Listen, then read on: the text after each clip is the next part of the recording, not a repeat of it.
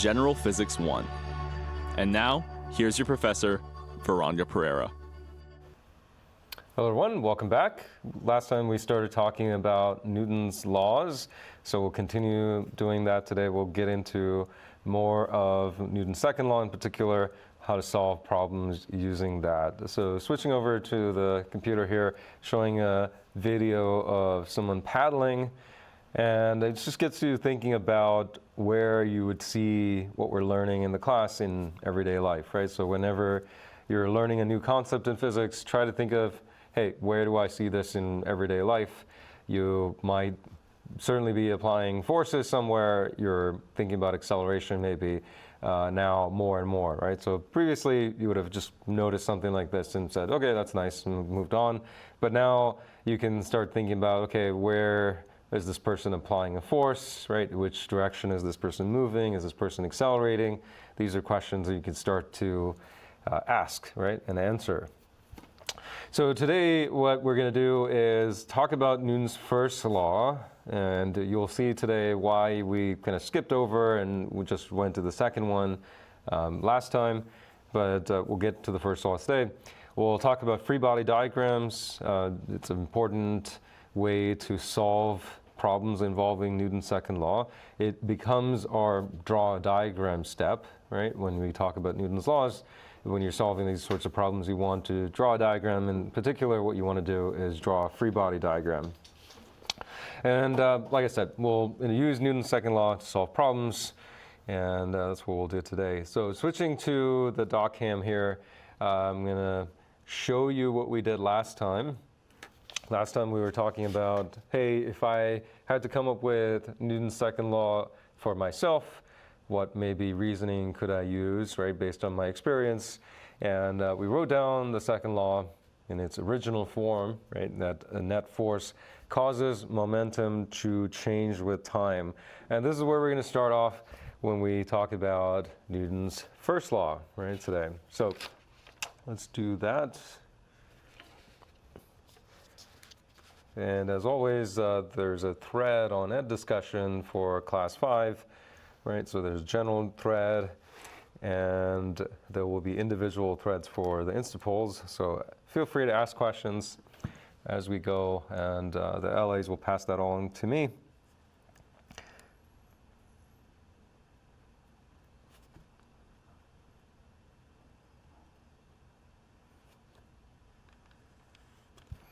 Okay, so Newton's first law, what we're going to do is start with Newton's second law. To get to the first law, you'll see that the first law is a special case of the second law, right? So the second law is the net force causes momentum to change with time, right? The derivative of momentum with respect to time. Let's take the special case if what happens, the net forces are zero, right? So this could mean that the force acting on an object is zero because there are no forces acting on the object, or it could mean that there are two forces, right? So last time we talked about you and your friend pushing a book.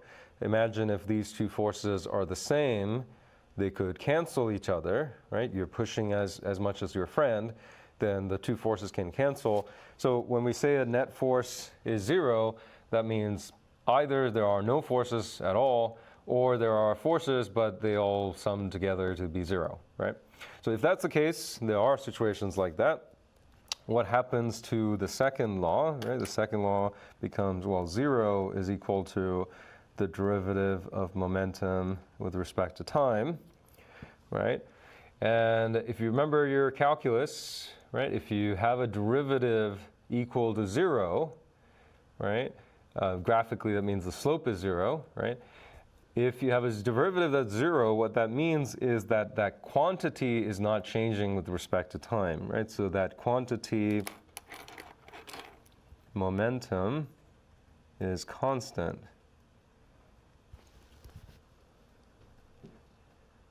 Right? So if you have a constant number and you take a derivative of it with respect to time, it'll be zero, right? If that number does not change, that means the derivative is zero. Okay, so let's use that, right? So we have this idea that this derivative is 0. And what I'm going to do is rewrite this a little bit, right? Because we know from last time we talked about, well, momentum. What is the definition of momentum? Momentum is mass times velocity, right? So what we can do is say, well, what is this saying? 0 is equal to the derivative of mass times velocity, right?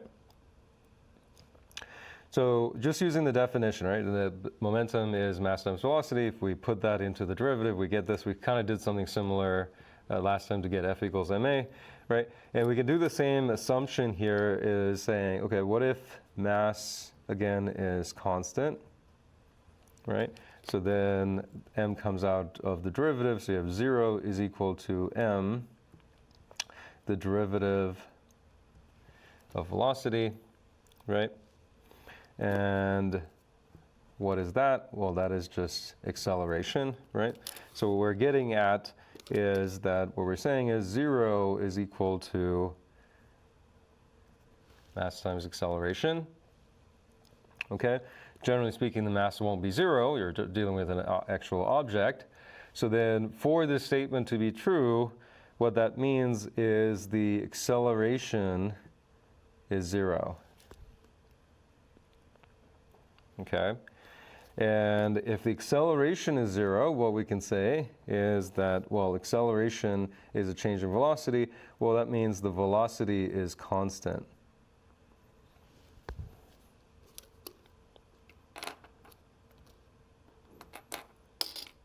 Okay, so this is where you get a kind of the statement, an object in motion stays in motion, right? An object at rest stays at rest unless there is a net force that applies to it, right? So if you had an object just sitting there, right, its net force is 0, and therefore its velocity will be constant. So 0 is a constant, right? So if my pen is not moving, right, its velocity is constant, I can say, okay, the net forces on it are 0, right? If something's at rest, right, so that works. But if something is in motion, right, so let's say something is deep in space somewhere, moving at 10 meters per second in a certain direction, it will do that forever without any forces involved, right? So an object in motion will stay in motion, right? If it has a velocity, it will always have a velocity. Nothing will affect it, right? So this is somewhat counterintuitive, right? Because in everyday life, you might not see something in just continuously moving without any force being applied to it, right? So but it's a very deep statement that comes from this, right? Newton's second law. It's a very central idea. Your first law is kind of built into this, right? So a lot of information, like I said before, this, if you wrote this in words, it'll take you paragraphs of text to say all the little details that go into this, right? So even though mathematically it's written in a very small, compact form like this, right? Okay, let me pause here. Does that make sense on the first law? What the first law is saying is, the first law is saying that velocity is constant if you have net forces that sum to 0, or there are no forces on an object, right? Questions that pop up so far? Not at the moment. Okay, give you a second.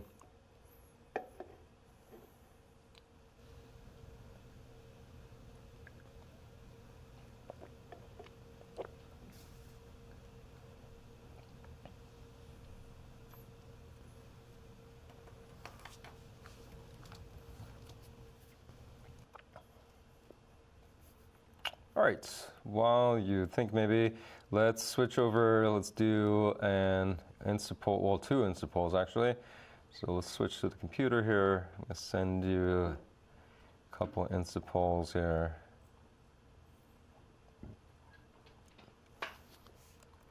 Okay, I'm gonna zoom into the text. The options should be on your device. Let's take a minute and a half, answer the question. Don't forget to ask questions on Ed Discussion, and we'll be back.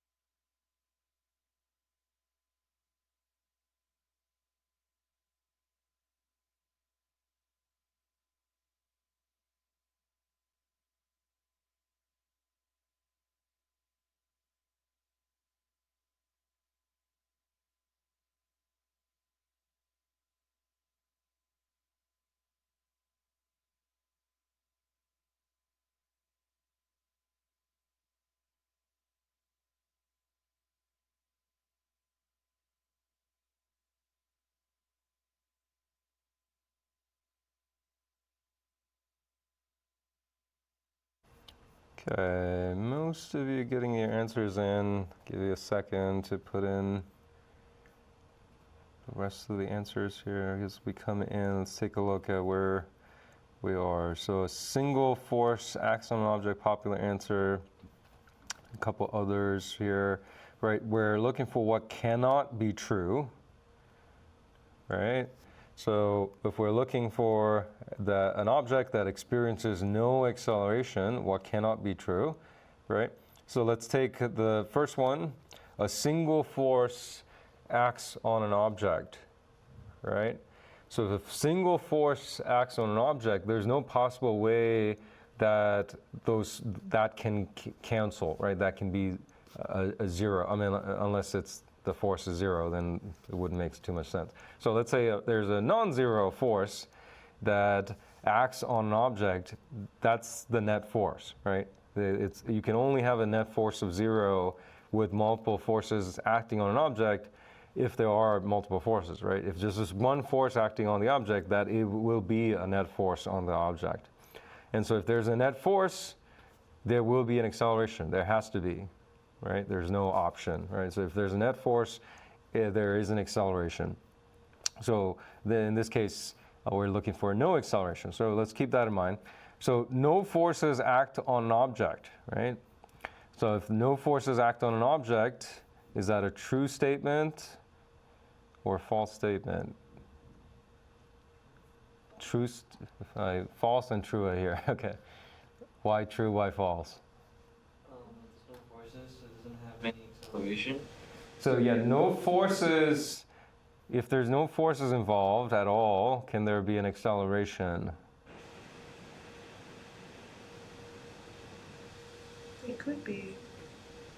Can something accelerate if, let's switch to the DOCAM. So if we're dealing with Newton's second law in the most general case, we want that, right? But a lot of times the mass is constant, right? So then what we can do is write this, right? Newton's second law in this way, right? So a net force is equal to mass times acceleration, right? If there is absolutely no forces, right? So that's the second thing. No forces act on an object, right? If you say there are no forces, right? So that means this is zero. What has to be true about acceleration? Acceleration is zero. Yeah, acceleration has to be zero as well, right? It has to be that way, right? So that's true. We're looking for what cannot be true. So the no forces act on an object, yep, that's true. Can be a true statement. Forces act on an object, but the forces cancel, right? There are forces acting on an object, but the forces cancel. If the forces cancel, going back to our .cam, that's the equivalent to this, right? So if all the forces sum to 0, okay, then that's 0 on the left-hand side, and then the acceleration has to be 0 again, right? Does that make sense? Yes. All right. Ask questions about that. How are you doing on discussion if something's not clear? Nothing about Instapol 1. Okay, nothing about the Instapol. Okay. Hopefully that's clear. All right, we'll do a couple more. So some of this gets a little bit getting used to, which is good. Let's try another Instapol here.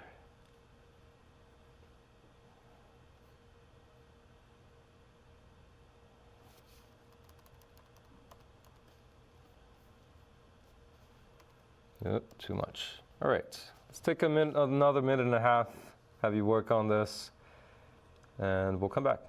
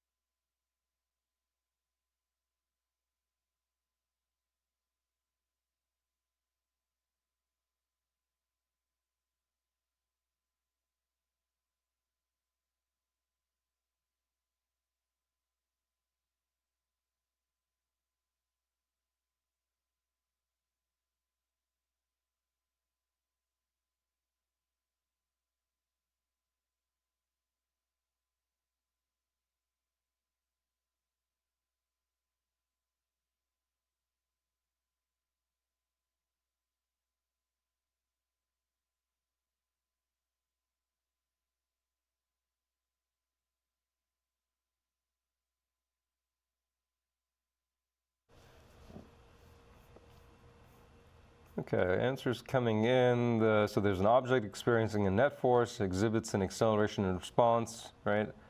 F equals ma, right? So net force causes an acceleration. Which of the following statements is always true? Right, that's what we're looking for, always true. Let's see, what do we have so far? How's the breakdown? So the popular answer is the acceleration is the same direction as the force, right? And then a couple others in object moves in the direction of the force, right? Velocity of the object increases, right?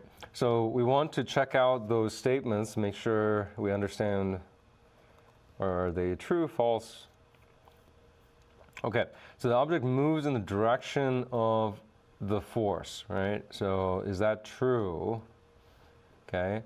So think about an example where that may or may not be true, right? Now, if you're pushing a box across the floor, this is true, right? The object moves in the direction of the force. I mean, the direction you push is the direction that the object moves, right? But can you think of an example where that is not true? The object is not moving in the direction of the force.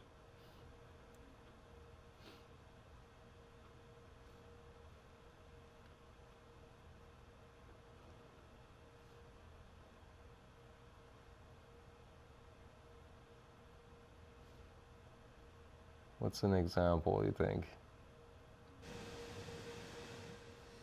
But traveling in a car, right? If you're traveling in a car or a bicycle, right? Or you're walking, you're running, right, in a certain direction. If you wanted to stop, right, you're moving in a certain direction. If you wanted to stop, you apply the force in the opposite direction, right? So that's what gets you to stop. So you will continue to move in that direction, even though the force being applied is in the opposite direction, and eventually will slow you down and get you to stop, right? The other example you can think of is the Earth going around the sun, right? So the Earth is going around more or less in a circle around the sun, and the force is towards the sun, right? Even though the Earth is going around in a circle, the force itself is directed at the sun. So the direction of motion and the direction of force are not the same in that case. So there are cases where this is not always true, right? Sometimes it's true, right? But not always. Acceleration is the same direction as the velocity, right? So that kind of has the same reasoning as the first part. The acceleration has the same direction sometimes, right? So if you are in a car at rest and you want to speed up and get going, then the acceleration and velocity will be in the same direction, right? You're going from 0 velocity to 65 miles an hour, something like that, going north, and that acceleration and the velocity will point in the same direction, right? But in the case of braking, right, you have already a certain velocity and you want to come to a rest, then the acceleration is the opposite direction to velocity, right? So it's kind of similar reasoning to the first statement here. Okay, so the acceleration is the same direction as the force. Switching to the DOCAM here, that's what these vectors are saying, right? So remember, a force is a vector, right? So when I write F equals ma, like this, right? That's a vector, right?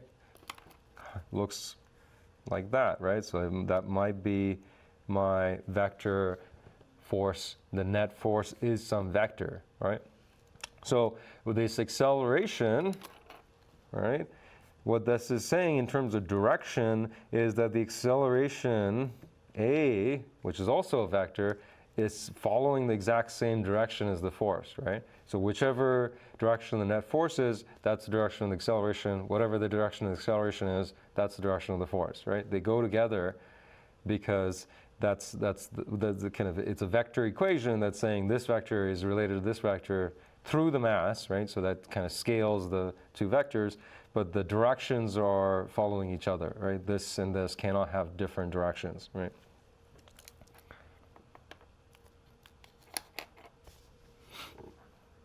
Okay, the last statement, the velocity of the object increases. Okay, that may or may not be true, right? So that's it's not always true that the velocity of the object increases as a result of a net force and an acceleration, right?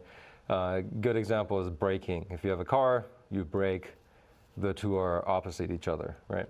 Okay, so hopefully that makes sense. Questions about that in the chat? Okay, cool. So hopefully kind of getting the hang of it. Some of this, it's a little intuitive maybe, right? F equals ma, maybe you've seen this before. Newton's first law, right? Object in motion stays in motion, object at rest stays at rest. Maybe there's some familiarity with that. That's all good, right? So what I want to do now is, let's see, let's do this problem first. So we'll do a problem involving Newton's second law. This is something you want to get familiar with because we're going to use it quite a lot. And when it comes to Newton's second law, you can categorize the problems that you're going to see into two bins, essentially. One, where there is no acceleration, okay?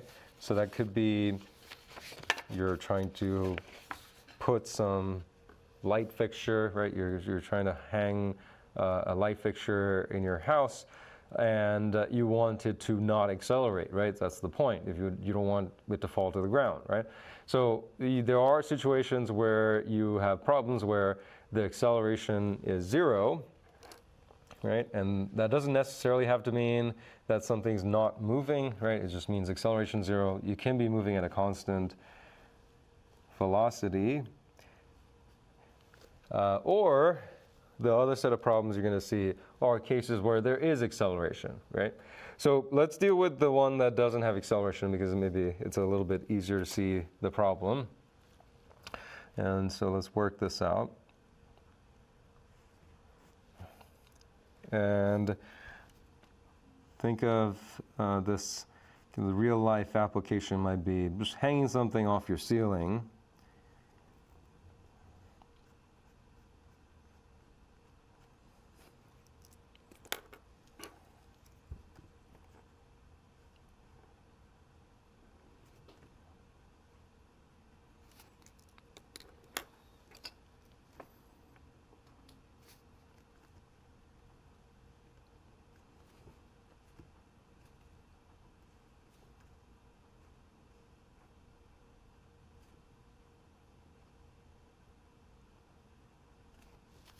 Okay, so just imagine that's your ceiling and the wall next to it, right? And this is some weight. It could be a light fixture, it could be a ceiling fan, something that you're trying to hang, right? And what we want to do here is to analyze this to figure out how heavy is this, okay? What's its weight? And we don't know, right? So maybe you bought something, the manufacturer didn't put the weight on the box, right? So you don't know what this is. So you need to figure out what the weight is. And you can figure this out by knowing a few things about how this is hung, right? So if you put some sort of cord to hang this and it's at a certain angle, and let's say you put some device here to measure the force that's here, and it reads 10 newtons, right? Newtons are standard units for force, right? So SI units for force. Okay, so you read that and you get 10 newtons going through this cord. You don't know what this cord is feeling in terms of a force. You know the angle, you maybe measured this, right? So you know that. So what we want to do is figure out what the weight, right, the force due to gravity on this thing is, because we don't know what that is, right? That's an unknown. So what we're going to do is try to draw some diagrams. Like the first one that you can draw is the diagram of the object itself, right? So you can say, I'm going to take this object on the side, right, redraw it, and draw all the forces acting on this object, okay? So what's acting on the object? Well, the Earth is pulling down on this object. That's the force of gravity. More on that later, right? How to deal with the force of gravity. But there's a force of gravity pulling downward, and that's not the only thing acting on this mass here, this object here, right? Because the string or the cord is pulling up on the object as well, right? And always good to have a coordinate system, right? So think about the coordinate system. We're going to put it on the side here so that we have it over here, but we're going to use the standard XY coordinate system. X is positive going to your right, Y is positive going to the top of the page, right? So standard coordinate system. Later on, we'll talk about rotating it and things like that, making it a little bit more different. But for now, you stick into the standard coordinate system, right? Okay, so now let's see what we can do with this, right? Can we figure out what's happening about the weight, right? So the number we're after, right, the weight is the force of gravity, right? We'll see that the force of gravity, right, that number is the weight of an object, right? So as long as we can figure this out, then we're good, right? So the usual procedure is draw a diagram like this. It's called a free body diagram, where you identify an object and you put all the external forces acting on that object onto the diagram. Next, you apply F equals ma, right? Newton's second law with constant mass. This thing's mass is not changing, right? So you can use F equals ma. Okay. So let's do that. So you have the sum of all the forces is equal to mass times acceleration. Really, remember, this is at most 3 different equations, right? All hiding in here, x, y, z, all are in here. In this particular case, we just need the vertical parts, right? There's no horizontal force acting on this. So this will become, well, sum up all the forces in the y direction, and that's equal to mass times acceleration in the y. Okay, just because we only have a y component here. Now, if you did your job, you hung your ceiling fan or your light fixture, it shouldn't accelerate, right? It should be staying put in your house. So what we want the condition to be is we want to look for the condition where this is 0, right? Because the acceleration should be 0. If this thing is hanging from the ceiling, it's not going anywhere, or we should expect to see an acceleration of 0, right? So what that means is that the sum of the forces in the y direction should sum to 0. Okay? So going here, identifying what those forces are, what are those forces? Well, there is a positive force of the string minus the force of gravity has to equal 0, is what we're saying. And then what we get out of this is that the force on the string has to equal the force of gravity, right? So this might seem obvious, but it's good to practice going through these steps, because once you kind of get familiar with this, you can do more problems with this, right? So you get more familiar with this process. So even though it may seem obvious, it's good to go through the process, right? So it's saying that the weight, right, the force of gravity and the force on the string have to equal each other in terms of magnitude, right? Because if they don't, there must be an acceleration, right? So if your light fixture starts falling to the ground, that means the string wasn't pulling as hard as it should be. Gravity won out, right? The force of gravity was larger, therefore it fell, right? So that's what it would mean. So we get this result. It doesn't really get us the answer we want, right? Because what we were trying to do was figure out what the weight of this thing was.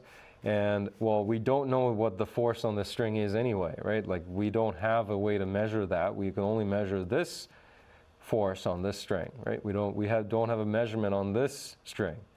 If we did, then we'd be done, right? Because if we knew a reading here that this is what the string is reading, then we can just plug it in here and we're done. We have the force of gravity and we can move on, right? But we can't move on because this is saying, yes, these two are equal, but we don't know either of them, right? Okay, that's okay, right? So this should remind you kind of like kinematics, where it's okay to have false starts, right? Especially at the beginning when you're trying to figure it out. You can try different things, and that's okay. That's part of the process. So what we did was we drew a diagram of this object, right? And we put all the forces.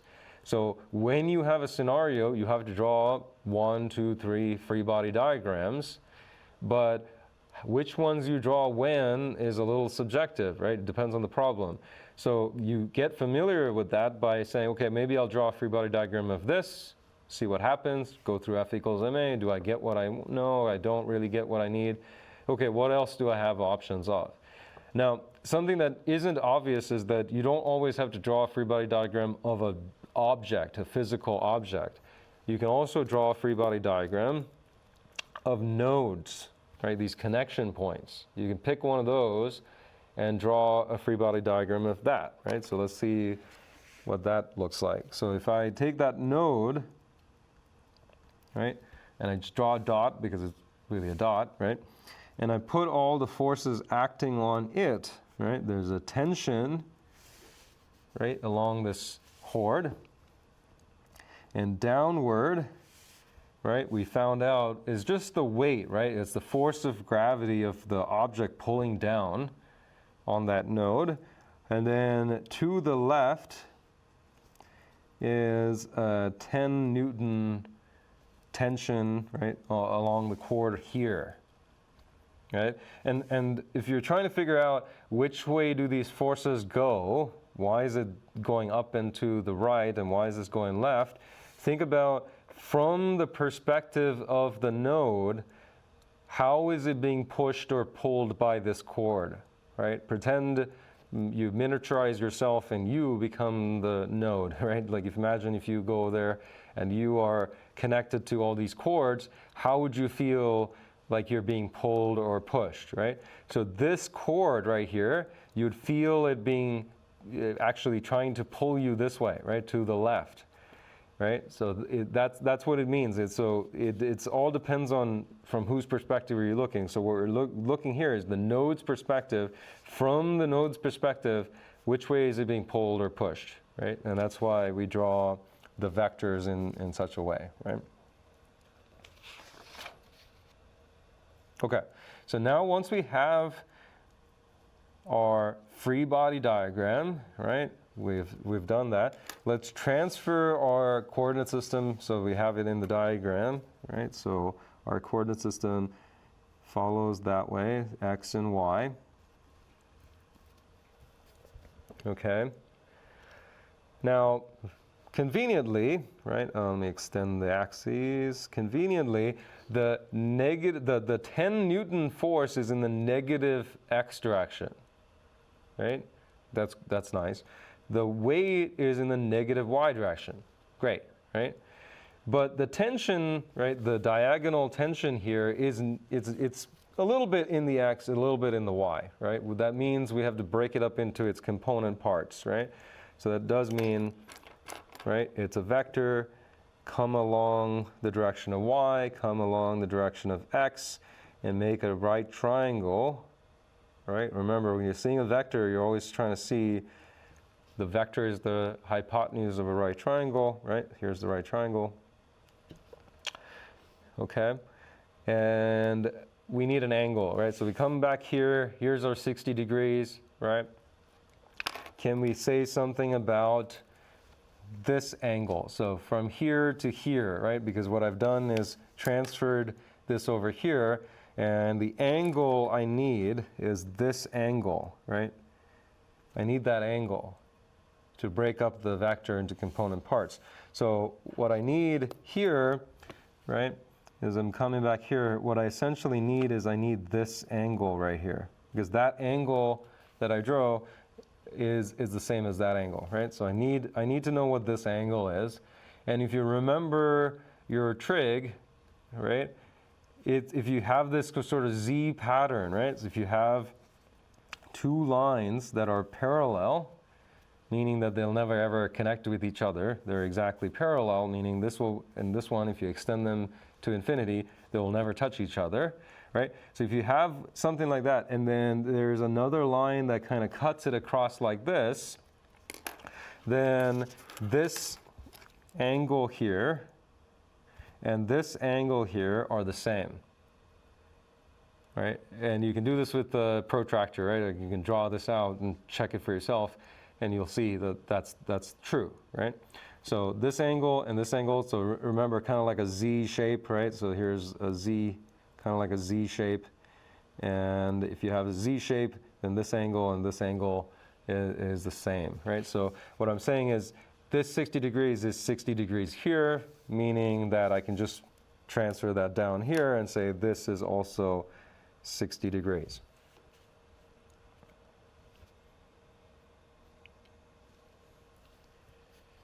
Okay, so a bit of ways to get to the setup here. Let me pause to make sure we've answered all the questions that might be coming up. Any questions?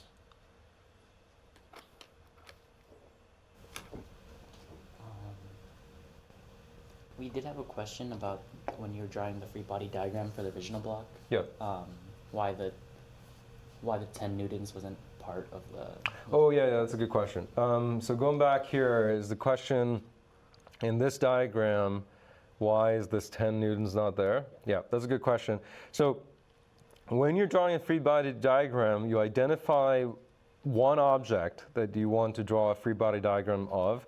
And in this case, I wanted to draw the free body diagram of this fixture that I'm dealing with, right? So I move that over here because I'm drawing a free body diagram of that. And then I only care about the forces that are in direct contact with it, right?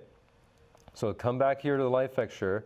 What's in direct contact? What is actually one-on-one, right, directly affecting it. Gravity certainly is affecting it, right? Gravity is still acting on this object, so that force of gravity is there, directly pulling. The Earth is directly affecting this, right? There's no indirect way. It cares about this object, right? So it pulls it down. So that's a direct thing. And the other only direct thing that's actually connected to this object is the string, the vertical string here, right? This string here is not, it's indirectly connected to the weight, right? It's not connected to this weight directly. If you look at this object and kind of see what's touching it, this string, the vertical one, is the only thing that's touching it, right? So that's why that string, that vertical one goes in here, but this one doesn't, right? Now contrast this with the node. When we drew the free body diagram of the node, we did put the 10 newtons in there because for the node, that tension is in direct contact with the node, right? Because you can just follow the string. It's physically directly connected to the node. Same thing for this string and same thing for this string. But technically, this weight is not in direct contact with the node. It's indirectly in contact with the node, right? So when I do this, I only just did that because I skipped a step. But I could just say this is the force of the string, right? And the only reason why I can skip that and say, and also when I say the force of gravity, I'm also saying it's weight, right? We'll talk about that later, how the terminology. But when I say force of gravity and weight, it's the same thing. So the only reason why I'm actually skipping ahead and saying this is the weight is because I know they're equal to each other. But technically speaking, I could just say force of the string here because it's the string that's actually in direct contact with the node, right? Does that make sense? I'm just skipping a step here because it just makes it a little bit easier. Sometimes when you put the subscripts and write too many variables, it just gets confusing. So that's why I skipped a step here. Hopefully that's clear. But yeah, good question. Free body diagram. Pick a object, pick a node, right? Pick one thing at a time, and only things in direct contact, right, directly affecting that object or node goes in a free body diagram, right? Nothing else. It doesn't care about anything else.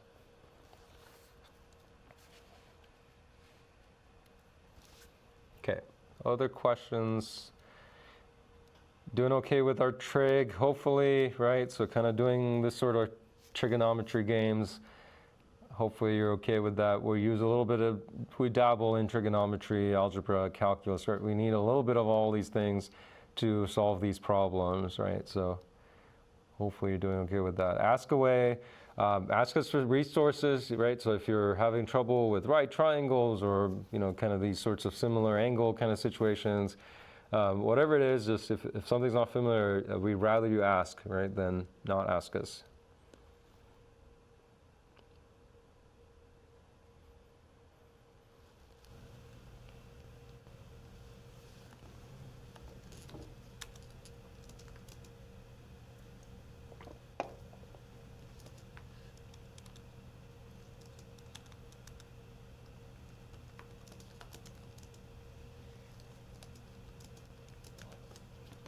Doing okay?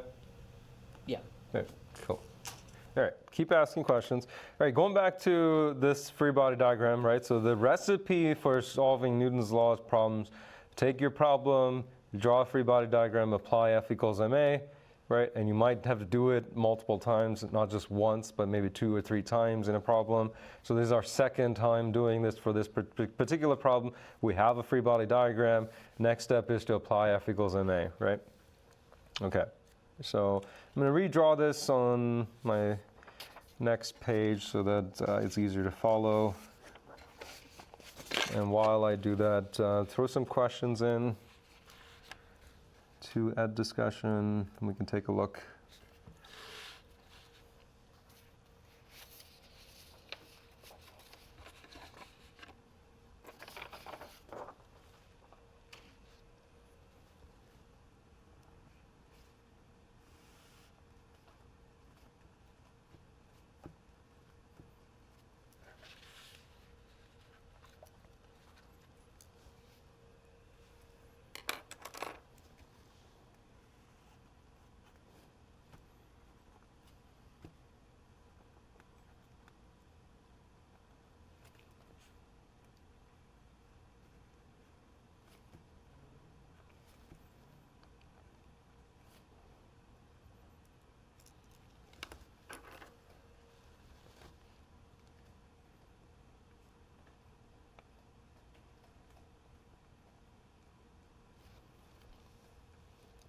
Okay, so I just transferred my free body diagram.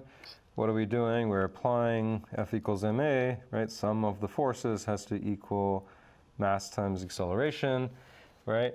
And in this particular case, right, this is where we're going to pull out multiple equations from this, right? Because it's a vector equation, meaning that you can say that the sum of the forces in the x direction is equal to the mass times acceleration in the x direction.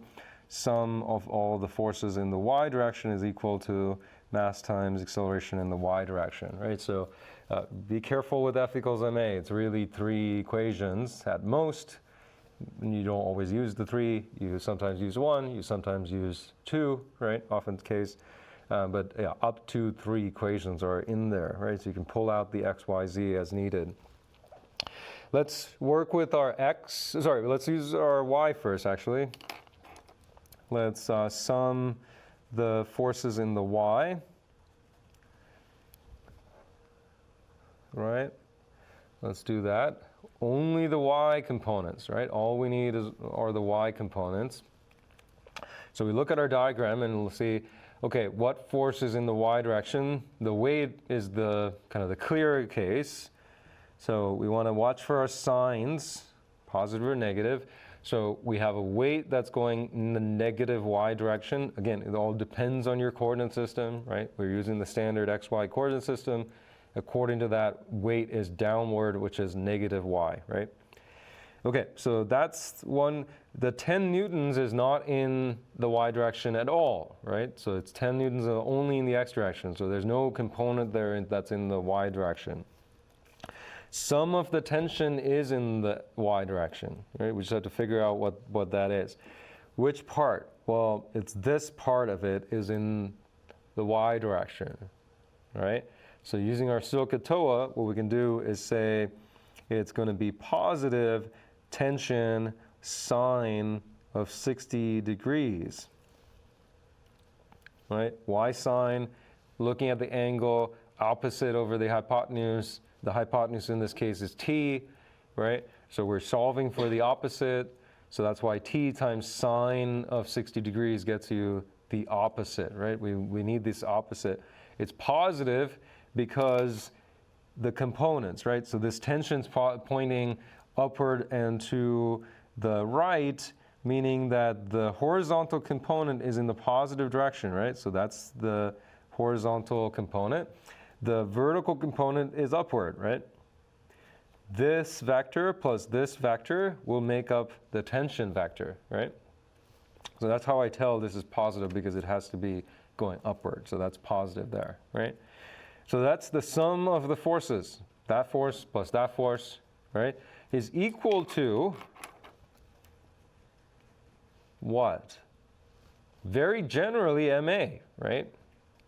Generally speaking, it should be ma, but we don't want this thing to move, right? We don't want it to accelerate, right? The accelerating light fixtures is a bad way to go, right?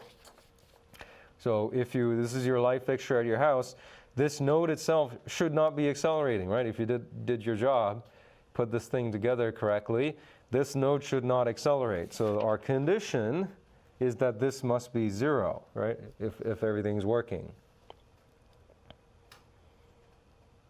Okay, so now we can move the weight to one side. So we can say the weight is equal to tension sine of 60 degrees, right? That's one equation that we have.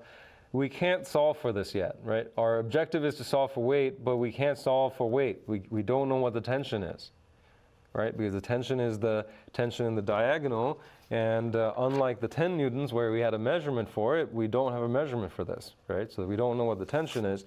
So there are 2 unknowns. Weight's unknown, tension's unknown, right?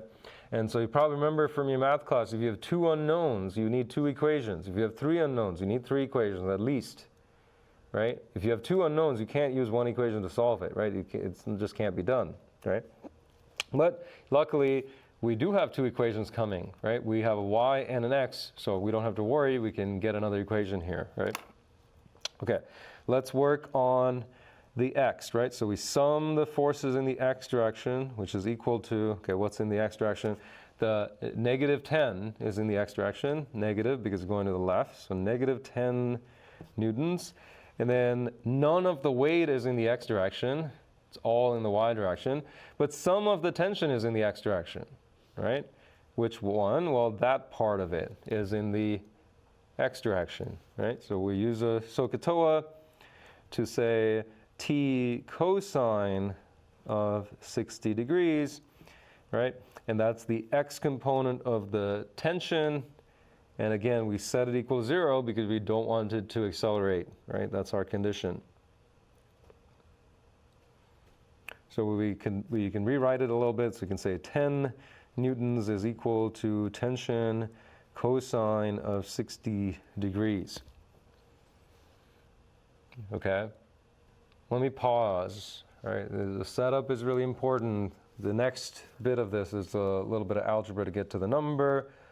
But that's an easier part than this. This is the harder part, right? This is where you want to spend most of your time understanding what to do. How do you draw a free body diagram?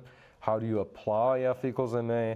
How do you break up vectors into its component parts, right? Those are extremely critical, right? So you want to spend 90% of your time here, and maybe the 10% solving for whatever the weight is, right? Maybe so. Don't think you have to spend most of your time putting in the numbers, right? That's not the way you want to think about it. This is where you want to spend most of your time, right?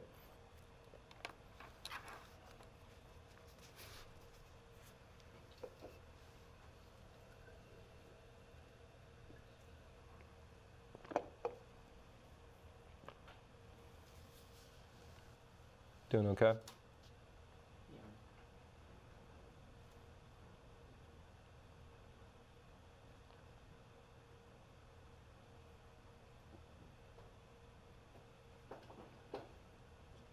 Good.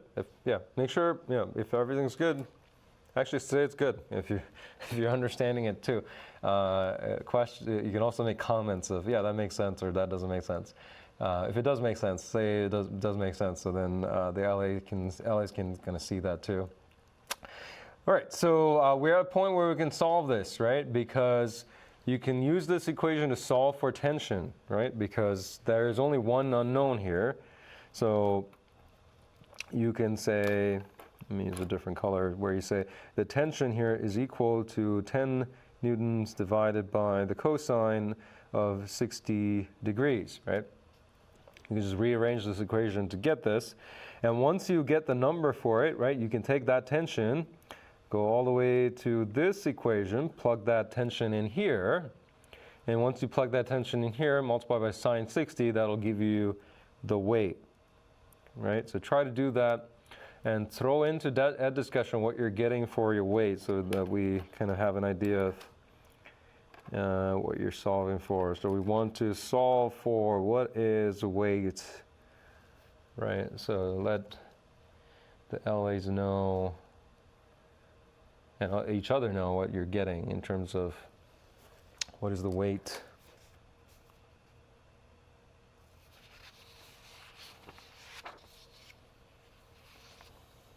Having some confusion over the trig part, the cosine specifically.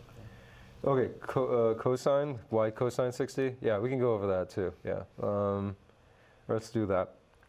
So that's a very critical step. So what I'm going to do is kind of maybe grab this, right, just this force, what do you think, Jericho? Yeah, kind of grab this force here and go over kind of very, very in step-by-step fashion how to break this up into component parts, right? So we know forces come in different directions, right? It doesn't always have to go in the x direction. It doesn't always have to go in the y direction. You could have a force that's kind of pointing that away, right? Forces can point in different directions. So whenever you see a force, you want to be able to break it up into x, y, z, hypothetically if you have 3 dimensions, right? So we'll pause here on the number here. What we want to do is take a certain vector. Since we have t, we'll use t for tension, right? This is our vector, right? And we want to draw a right triangle, right? So practice that. Why did I draw it this way, right? So the force, right? The vector itself is oftentimes, you know what it is from the problem. You know where it points. The right triangle, you have to draw that yourself, right? So why did I draw the right triangle this way? Well, the vector itself is always my hypotenuse, right? So let's say I have a vector, not t, but something else. Would give me a variable name, some letter, something random. Sorry? K, okay. So let's say we have some sort of vector that is k, right? It's a vector, okay? And it points like that. We still are using our standard coordinate system, right? So how do I break up k into component parts? Well, I'm thinking about where is x and y, right? So here's x, here's y, right? So the vector itself is always the hypotenuse of the right triangle, right? Now I need to make a right triangle. I start with either one, x or y. Let's start with y. I'm starting with one end of the vector, and I just draw a line. Extend it out if you want to extend it out, right? Just kind of draw a line like that. That's fine, right? All you're doing is kind of drawing a line that goes along the y-axis. Then what you're going to do is draw a line that goes along the x-axis, right? And so then these are the sides of your right triangle, right? So here's your right triangle, right? And that's why the tension does the same thing. We draw a line that's in the x direction, we draw a line that's in the y direction, and then we say, okay, that's the right triangle, right? Is that, let's go this step at a time. Like, is that part clear of how to make a right triangle when you're given a vector? Right, so make sure you ask, like if you're not clear about which side is which, right? So hopefully that's clear. What I'm doing is just following my coordinate system, x and y, right? And the two sides that I'm drawing to this triangle, as you can see, it always follows x and y. It's just highly dependent on what my x and y is, right? And the vector itself can point in different directions. T points that way, k points that way. You can have different vectors and pointing different ways. But when I say break up the vector into components, what I mean is draw a right triangle that incorporates the vector. The vector itself is the hypotenuse of the right triangle, right? Okay, so then we have an angle somewhere, right? So in this particular case, the angle we have is the 60 degrees here, right? But in the case of k, maybe you have a different angle. Maybe you have this angle, right? And that's, I don't know, 30 degrees or something like that, right? It all depends on the angle you have information about, right? But the thing is, because it's a right triangle, if you know that angle, you know that angle, right? Because interior angles of a triangle have to add up to 180 degrees. That's 90, that's 30. You can figure out what this is, right? And if you know what this is, and you know what this is, you can figure out what this is, right? That's 60, that's 90. They must, these two and this angle must add to 180 degrees, right? So that's the nice thing about right triangles. A lot of information you can kind of figure out, right? Unlike just a general triangle, a right triangle is very kind of special, right? Okay, so for our particular example, 60 degrees, our right triangles here, we need to figure out what this side is, and we need to figure out what this side is, right? Now it's trig, right? Now we're just trying to find the sides of a right triangle, right? So for the y part, it's the vertical part. What I need to know is what is this, right? The tension in the y here, and then tension in the x, right? So that's where the SOHCAHTOA stuff comes in. So SOHCAHTOA, right? So sine of an angle is the opposite over the hypotenuse, right? The cosine of an angle is the adjacent over the hypotenuse. You get the idea, right? So you remember your SOHCAHTOA, right? So when I look at this angle, 60 degrees, right? It's from its perspective, this is its opposite side, right? From its perspective, this is its adjacent side, right? So, and then come over here, look at this angle, right? So from the perspective of 30 degrees, this is its opposite side, right? This is its adjacent side, right? So whatever is opposite, whatever is adjacent for a triangle, that all is depending on the angle. From what angle's perspective are you considering? For our problem, we're focused on 60 degrees and saying from the perspective of 60 degrees, right? Then when I say, let's say, I think the question was on cosine. Why is it cosine? So when I write cosine of 60 degrees, that's equal to its adjacent, tx, over its hypotenuse, right? And when I solve for this, right, tension in the x, all I have to do is move the tension, t, right, the length of the vector itself, over to the other side, and that's how I get t cosine 60 degrees.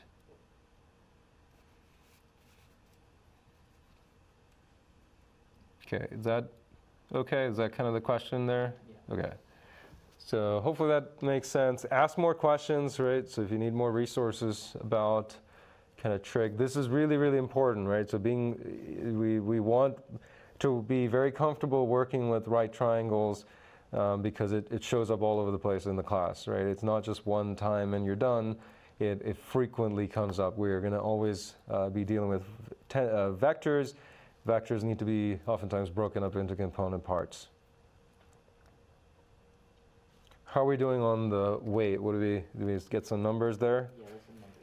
What are we seeing? 17.32 17. is the common answer. Yeah, so 17.3 is what I have. So hopefully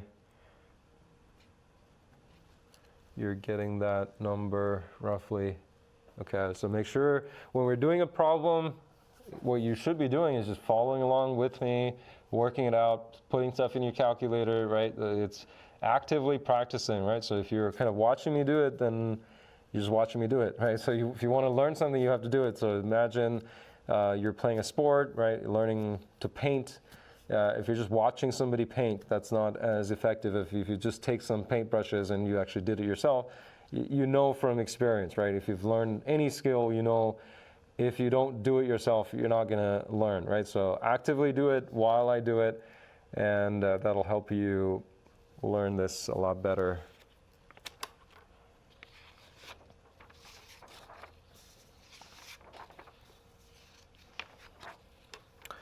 Okay, so what we have done now is focused on a situation where when we do F equals ma, we are setting the acceleration to 0 because we're looking for conditions where we don't either have acceleration or we don't expect or don't want any acceleration, right? You have a light fixture at your house, you don't want it to accelerate, right? So there are certain conditions. The technical term or the fancy term for this is called statics. So static problems in physics involves 0 acceleration. There are some forces involved, but no acceleration, right? That's a set of problems that you'll be dealing with, and it kind of looks like this. You kind of follow this pattern, and this side of F equals ma, the right side of F equals ma, you set it to 0, right? That's the procedure to follow. So when you're doing F equals ma problems, there are two types. This is the one type, right? This is the first type where acceleration's not there. But of course, the second type is when there's acceleration, right? There are situations where there aren't enough forces, it causes an acceleration. So let's look at that type of problem.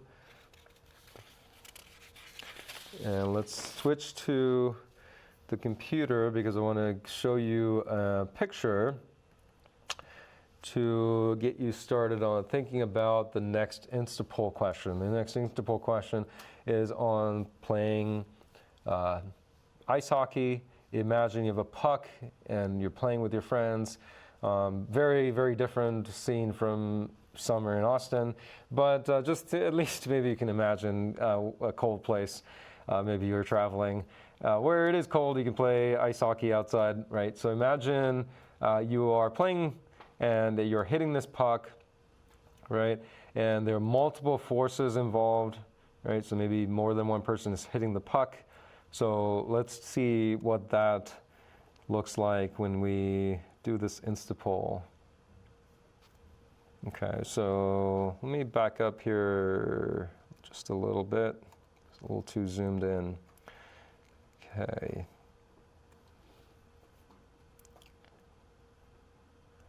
there are. I think that should work. If the text anytime is too small or it's hard to see something that I'm displaying, please let us know. So we'll start a new add discussion thread for Instapoll 3. A bit more text, so let's maybe take 2 minutes to read through this and start drawing diagrams, start thinking about how you would approach this, and we'll work through this together. So let's take 2 minutes first, take a look at this, read it for yourself, and we'll come back.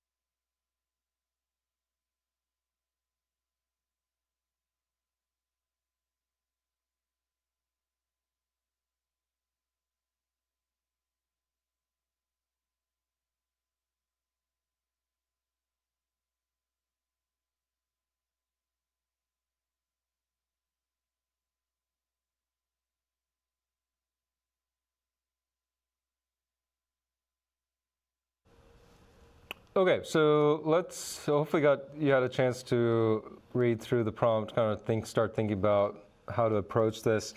Looking at the diagram, it's essentially a free body diagram, right? So looking at what's given, it's pretty solid, right? So it's a puck, the two forces are drawn, the angles are drawn. So sometimes you might be given a diagram like this, then great. But I would encourage you to redraw it anyway, right, on your notes. Don't skip that. Don't kind of rely on looking at the diagram of the problem. When you make your own diagram, you're processing the information, you're thinking through, right? So even maybe without even noticing, right? So just go ahead and do that. Just kind of get into the habit of redrawing the diagram. If there is no diagram, you have to draw a diagram, but if there is a diagram, you can redraw it still, right? So here's our coordinate system, X and Y. And we don't have to get too fancy with the puck. We can just treat it as a dot, right? Here's our puck, right in the middle.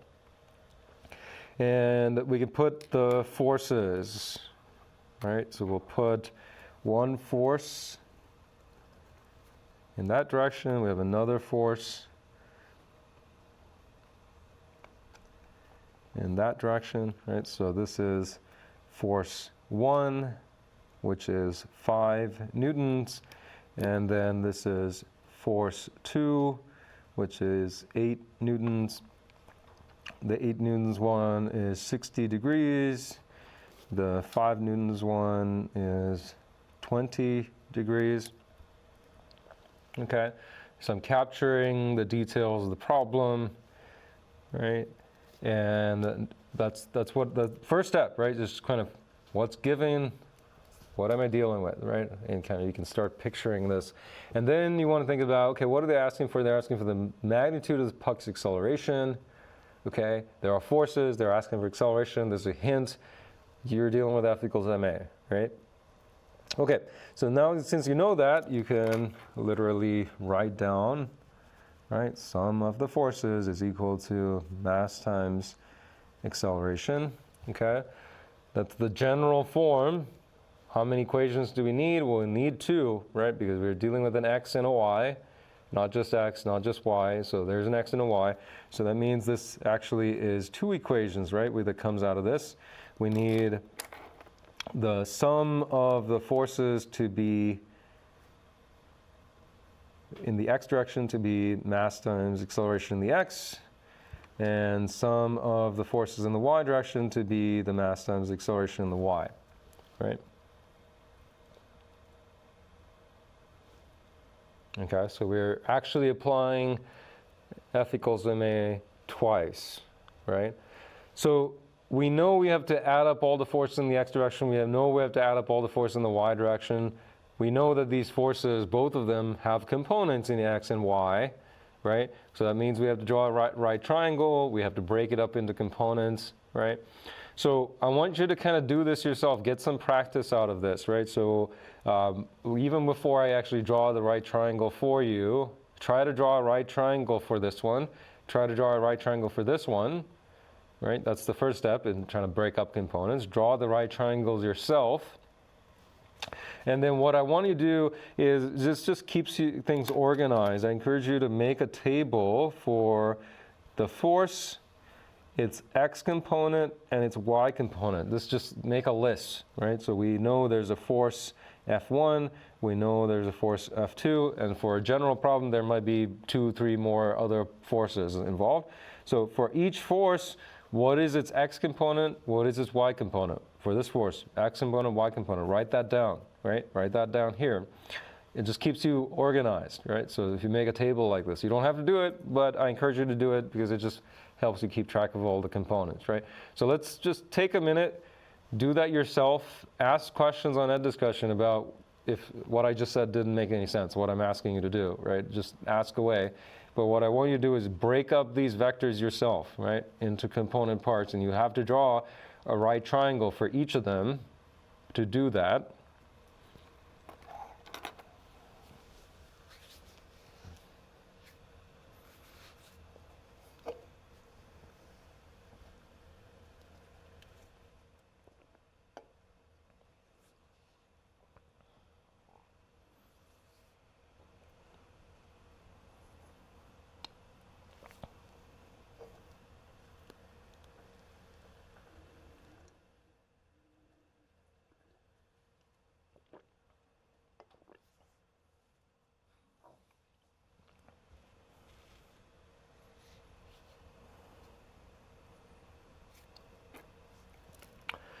Okay, any questions on right triangles so far?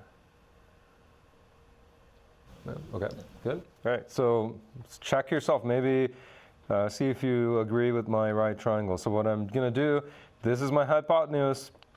I'm going to follow the y, I'm going to follow the x, right? And then I make a right triangle. That's my right triangle for this force. Same thing for this force. That's my hypotenuse. I come down along the y direction, I go along the x direction, then that is my right triangle for F2. Right? So I'm always drawing a right triangle. So let's go one at a time. Force 1, we want the x component of force 1, right? So here's force 1. Its x component is this part of the right triangle. Right? So for this force, this part is its x component, right? SOHCAHTOA, what do we need for SOHCAHTOA?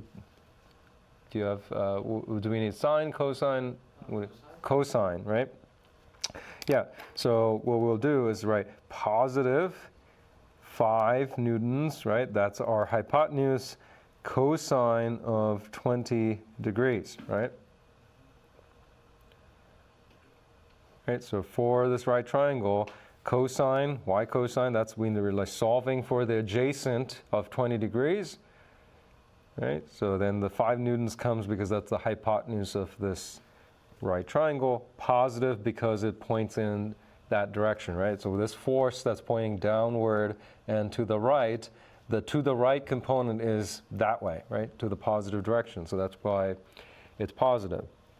The y component, negative 5 newtons again, because that's the hypotenuse, sine now of 20 degrees. Okay? And we do the same thing for the force 2, right? Come up and what's the x component? Looking at this force, its x component is the one that kind of goes like this, right? Another way to maybe think about it is that if you have a vector like this, when you're looking for components, imagine shining a light, right, in a certain direction. So if you take this force and you shine a light down on it, the shadow it makes on the x-axis, that's its x component, right? So similarly, if you come to this vector and shine a light this way, the shadow that it makes on the y-axis is its y component, right? If there's maybe a different way to look at it if you need something that's a little different. So we have 8 newtons cosine of 60 degrees, y cosine, right? We're looking for the x component, right? This horizontal component for 60 degrees, that's its adjacent side. So again, cosine there. And then we'll say positive 8 newtons sine of 60 degrees, right? So see if you agree with what I wrote down. Maybe you have something different, let us know. If you have something different, if you are curious about sines and cosines, positive, negative, please let me know.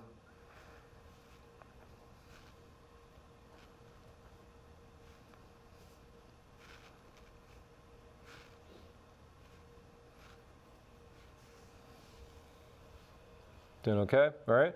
So you'll see that doing a table like this is actually very helpful because it just makes doing the next step much, much faster because the next step is to apply F equals ma, right? So we'll start with the x direction. We'll say that the sum of the forces in the x direction, okay, we're just going to sum it, right? So all we had to do when we were summing the x is just add all these things together, right? That's why the table is really nice. Right?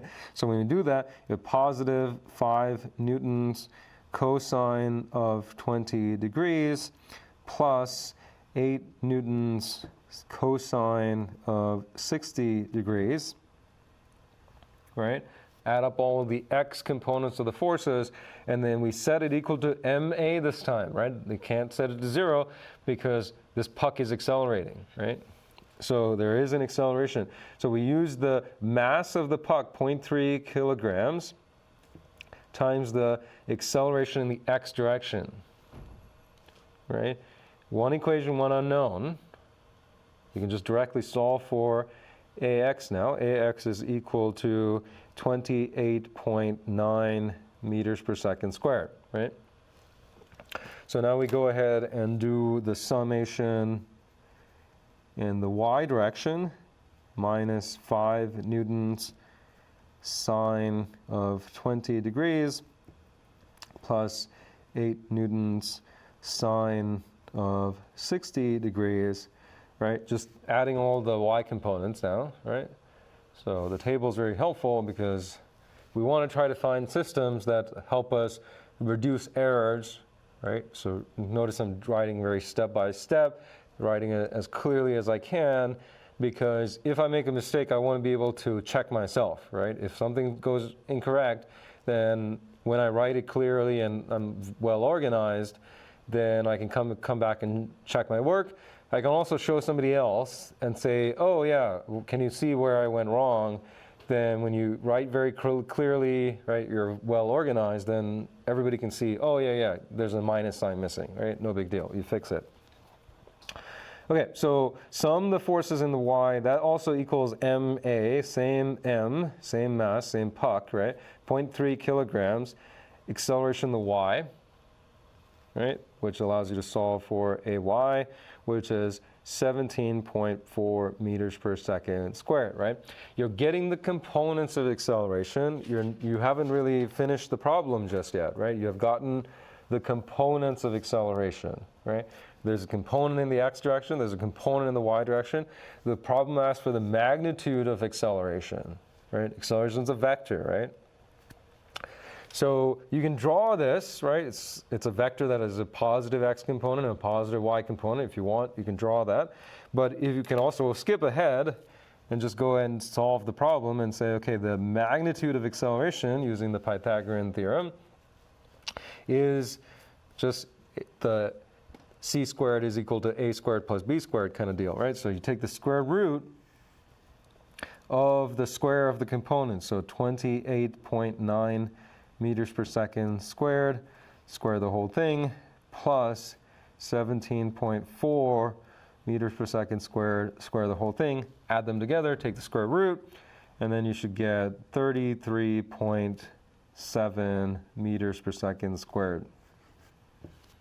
Okay, that's the magnitude of the acceleration of the puck.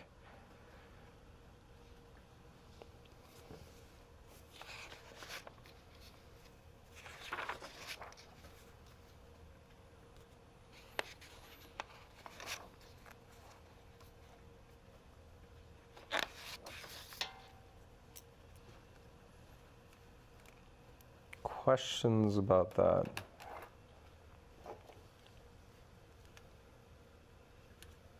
We had a question about like whether something's negative or positive, especially specifically for the 5 newtons in the.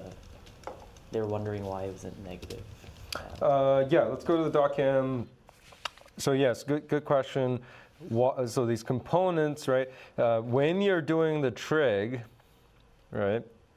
When you're doing the right triangle, you're really pretending these forces. You're kind of moving away from the problem for a moment, right? You just kind of let me work on the trig, right?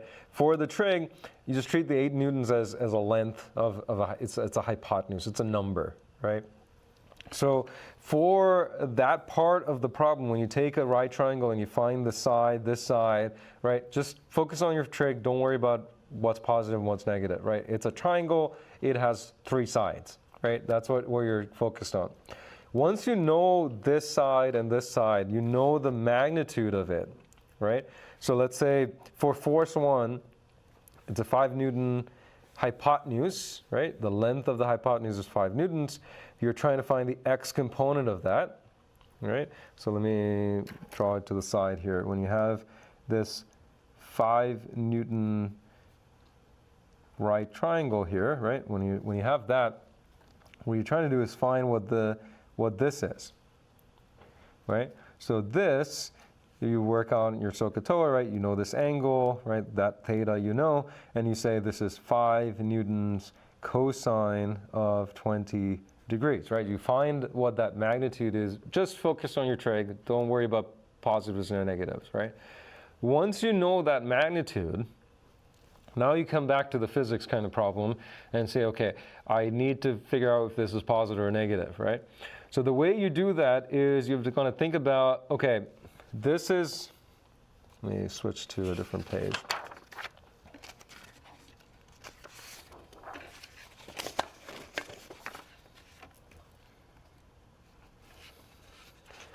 So I have a force that looks like that, right?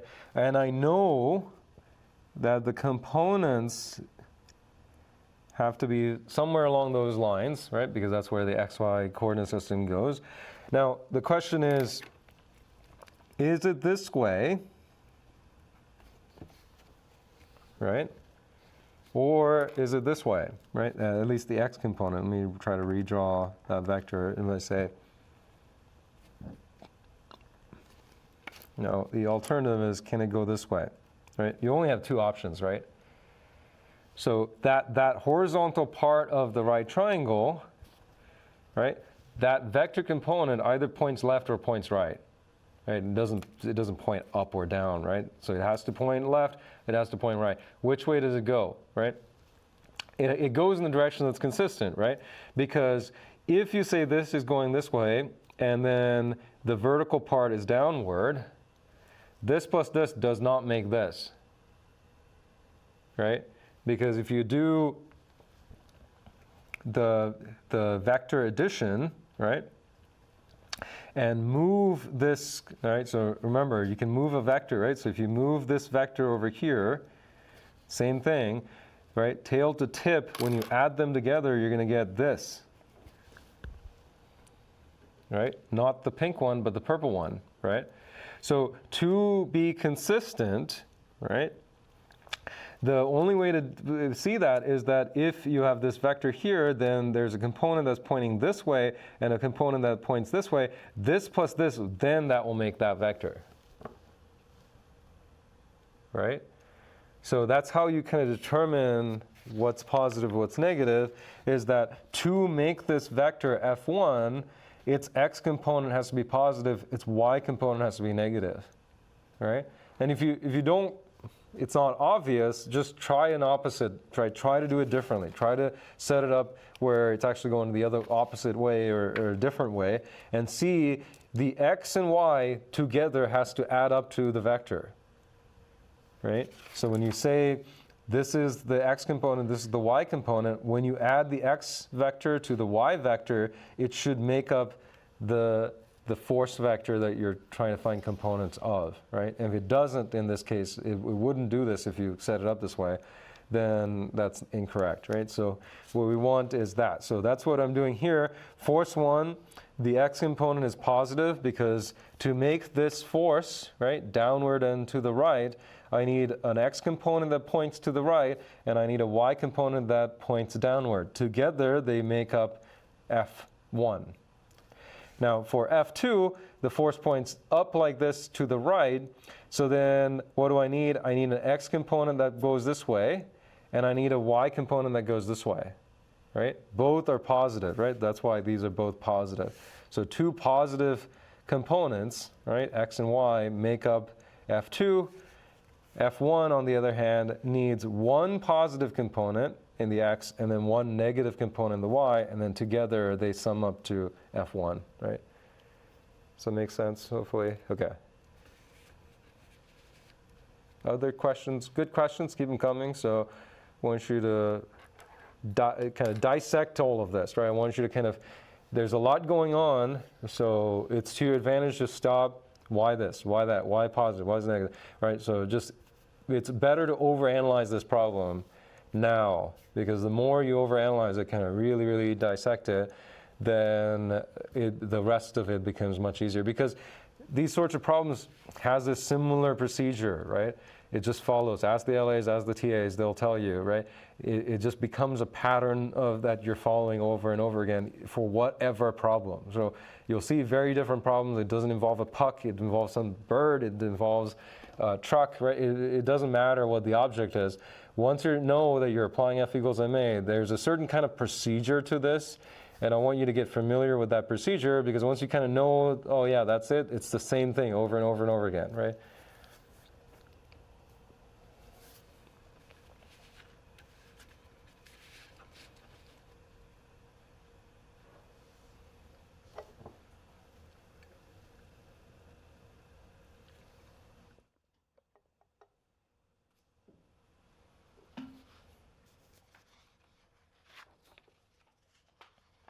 Okay, other questions? We have a couple of minutes, about a minute before we end, so let's try to get some questions. We had quite a few people wondering if their method was valid, where they found the net force vector and then plugged that into F equals ma to find the net acceleration. Yeah, so instead of instead of this, what they're saying is, okay, I took these two forces and added them together. Right, is the point, is that adding them together to find one equivalent force, and then said, okay, then F equals ma. Yeah, that works too, right? So you kind of have to break up the components of the forces to do that anyway, right? To add two vectors together, you need to know the components of the vector, right? So this part is probably similar to what they're talking about. They probably did it this way. This part's probably slightly different. So like I talked about last time, we did an Instapol, right? Let's see if I can pull that back. If you remember, there was an Instapol last time with the box, right? You had two forces. There's a way to find the resultant force, right? And then figure out acceleration. Or you kind of do it more kind of broken up like this, right? You do F equals ma in x and y, and then find the components of acceleration, and then you add it together. That's a way to do it too. So both are valid, right? So depending on what they're asking for, in this case, you could, solve for the resultant force, and then get the acceleration that way, right? Good. All right, so keep working on this stuff. We'll continue with Newton's laws tomorrow as well. This is kind of what we're going to cover for the rest of the week, and then leading up to midterm 1. Make sure AutoLock was working for you. So there was a kind of a test run of it. Hopefully that was resolved. If you have, like, one of the things that technically shows up is cameras, microphones, right? So things that are misbehaving on a certain device. Make sure you contact HonorLock for the technical stuff like that, because they'll have to take a look at your particular system. And hopefully we'll work all of those kinks out before Tuesday. All right, we'll stop here, pick it up tomorrow.